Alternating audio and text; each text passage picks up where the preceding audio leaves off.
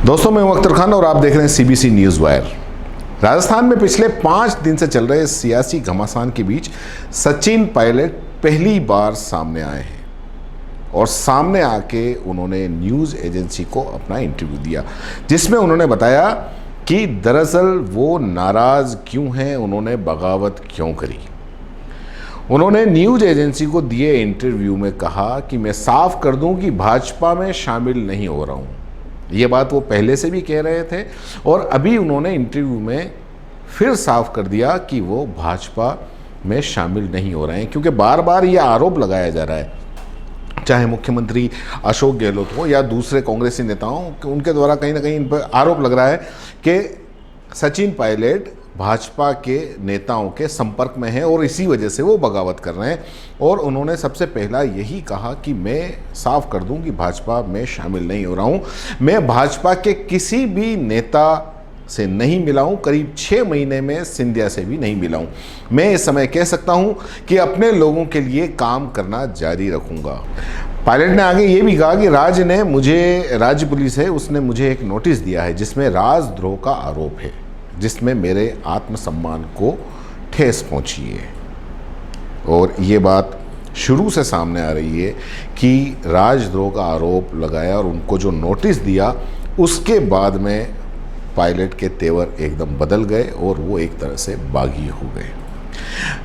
कांग्रेस की कार्यकारी अध्यक्ष सोनिया गांधी जी और राहुल गांधी जी से भी मेरी बात नहीं हुई, ये भी उन्होंने कहा। उन्होंने ये भी कहा कि प्रियंका गांधी जी से मुझसे फ़ोन पर बात की थी, लेकिन यह व्यक्तिगत बातचीत थी।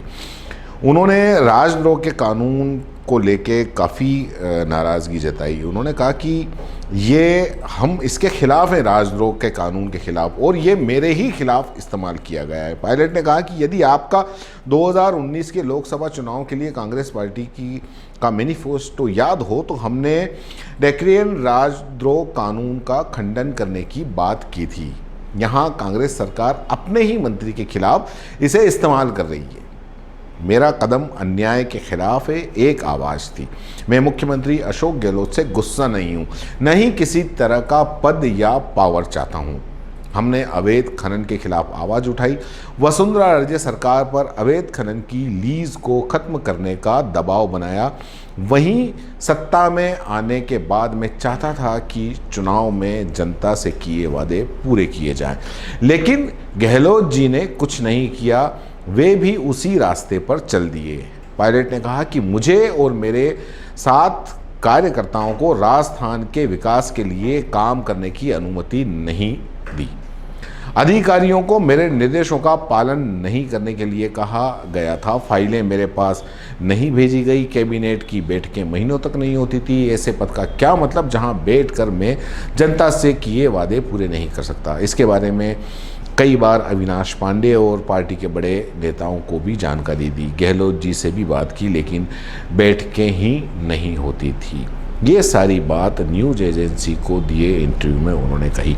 उन्होंने ये बात इंटरव्यू देके और ये बिल्कुल साफ कर दिया कि उनकी नाराज़गी कहो या बगावत कहो क्यों थी। अब राजस्थान में आगे क्या होगा, राजस्थान सरकार में आगे क्या होगा, क्योंकि उनकी बगावत के बाद में उनसे उनके पद छीन लिए गए हैं। यही कहा जा सकता है कि छीन लिए गए हैं, चाहे वो प्रदेश अध्यक्ष का पद हो, चाहे वो उप मुख्यमंत्री का पद हो, या जो भी उनको मंत्रालय के कार्यभार दिए गए थे।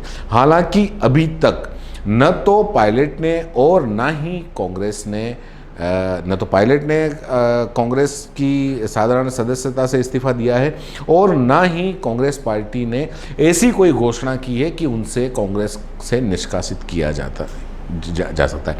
हालांकि अभी ये भी देखने में आया है कि अभी अविनाश पांडे ने एक ट्वीट किया है।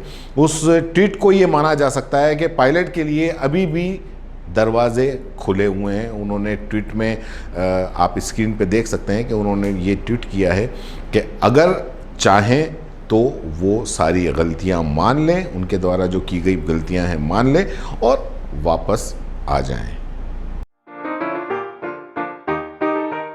अगर आप YouTube पर देख रहे हैं तो सीबीसी न्यूज वायर का चैनल सब्सक्राइब करिए, पास में दिख रहे बेल आइकन को भी दबाइए। ताकि जब भी हम आपके लिए कोई खबर, कोई जानकारी लेकर आए तो सबसे पहले आपके पास नोटिफिकेशन पहुंचे।